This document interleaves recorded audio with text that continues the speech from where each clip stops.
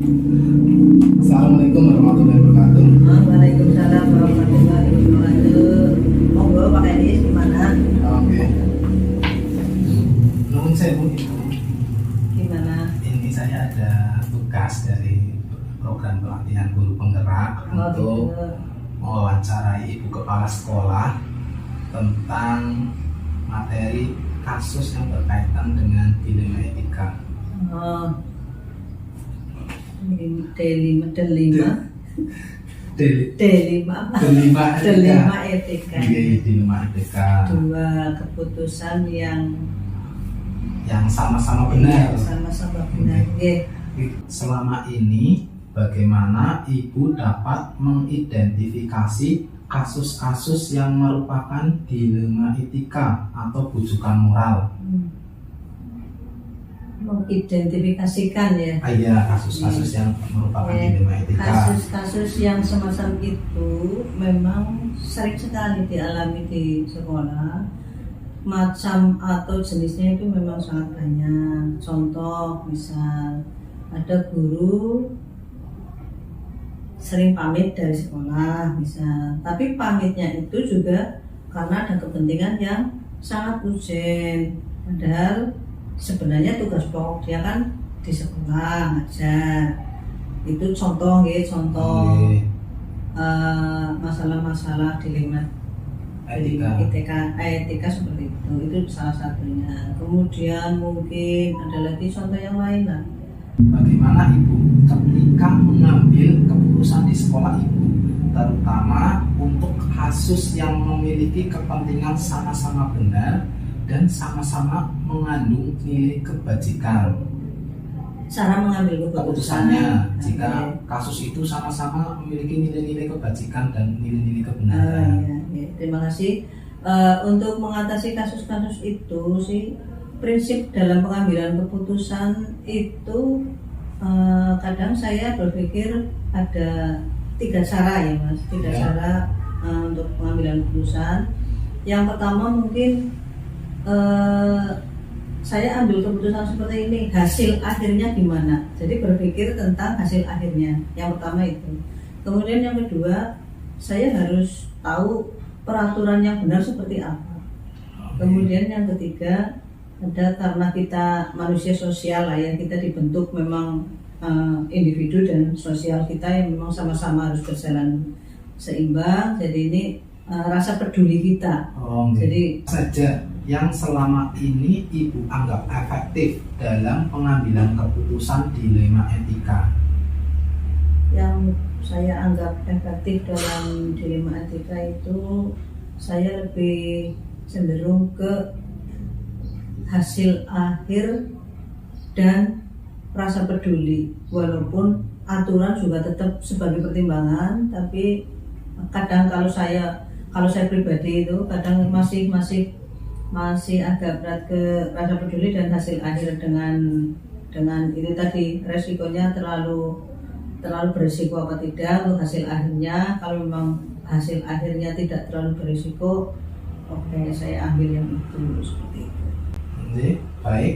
Untuk pertanyaan yang kelima, apakah Ibu memiliki sebuah tatkala atau jadwal tertentu dalam sebuah penyelesaian kasus dilema etika?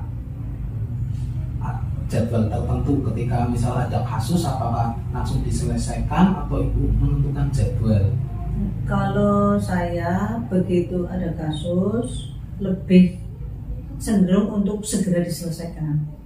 Jadi nanti tidak tertunda-tunda, tapi ya dengan prosedur, maksudnya dalam penyelesaiannya itu melalui prosedur bagaimana cara menyelesaikan. Mungkin itu tadi identifikasi masalah, kepastian masalahnya seperti apa. Kalau memang sudah jelas masalahnya, baru kita tangani dengan. Ini ada satu pertanyaan penutup dari semua hal yang telah Ibu sampaikan tadi. Pembelajaran apa yang dapat Ibu petik dalam pengambilan keputusan dilema etika?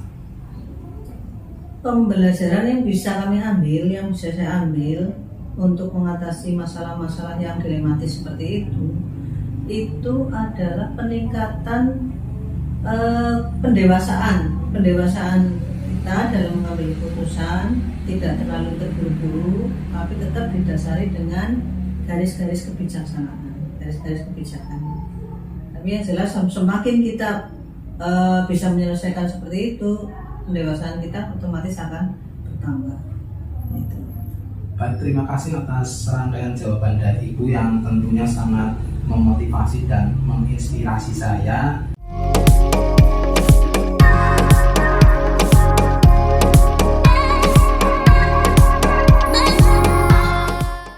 Assalamualaikum warahmatullahi wabarakatuh. Waalaikumsalam warahmatullahi wabarakatuh. Mohon maaf Pak Riyadi mengganggu waktunya. Ini saya Elis Puryono dari SD Negeri 1 Karanggude.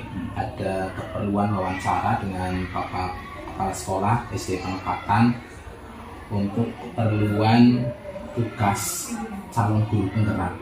Tema untuk wawancara saat ini yaitu tentang dilema etika atau kasus-kasus yang memiliki nilai kebenaran, di mana dua-duanya memiliki nilai kebenaran. Ada beberapa yang ingin saya tanyakan. Mohon maaf mengganggu waktunya, boleh saya Silakan Bapak. Baik, terima kasih.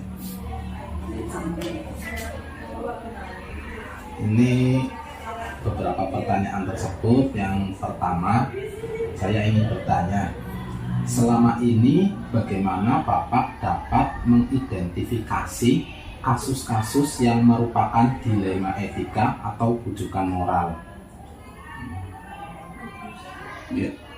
Terima kasih Pak Elis Puryono dari SD Negeri 1 Karanggude. Dilema etika adalah sebuah tadi sudah disampaikan, itu kasus yang dua-duanya benar. Kemudian atau benar versus benar ya.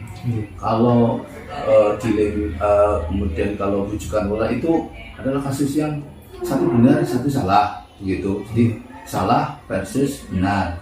Oleh karena itu, bagaimana Bapak ketika mengambil keputusan di sekolah Bapak, terutama untuk kasus yang memiliki kepentingan sama-sama benar dan sama-sama mengandung nilai kebajikan?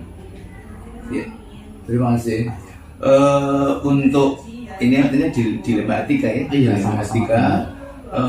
Bagaimana saya harus mengambil tindakan itu, menangani kasus itu. Memang ketika kita berhadapan dengan dilema etika ini memang sebuah hal yang harus benar-benar cermat.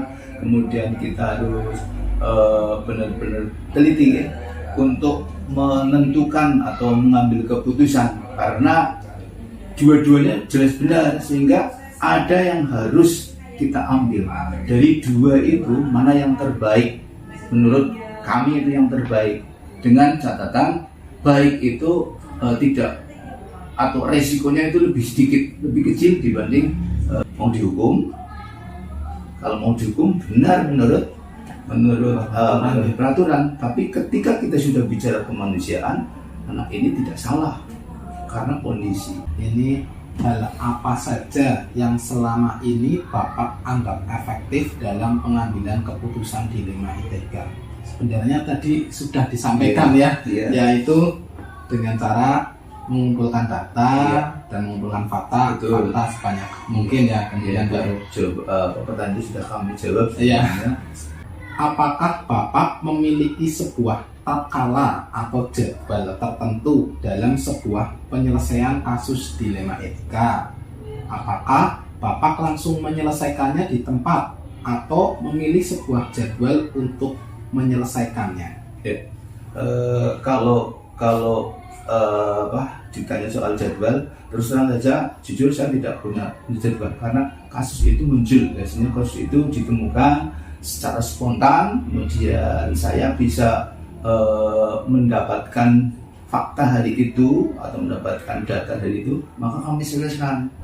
Tapi ada juga kasus yang memang butuh data, butuh perenungan, maka saya biasanya itu akan mengambil waktu, entah itu sehari, 2 hari berikutnya, tidak saya tangani hari ini. Kami renungkan dulu.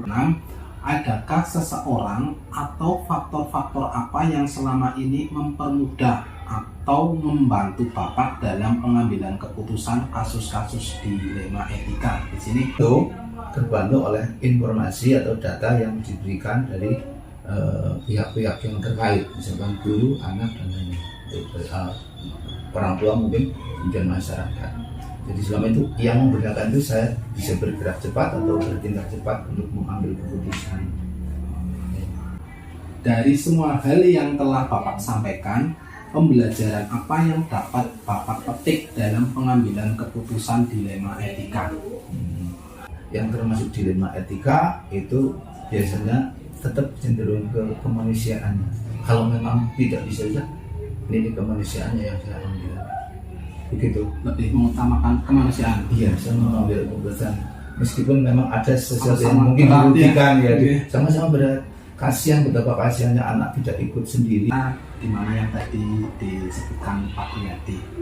Terima kasih atas ilmu yang bermanfaat dan ini menginspirasi saya. Terima kasih atas waktunya Bapak. Terima kasih. Sama-sama. Sukses buat dengan. Amin.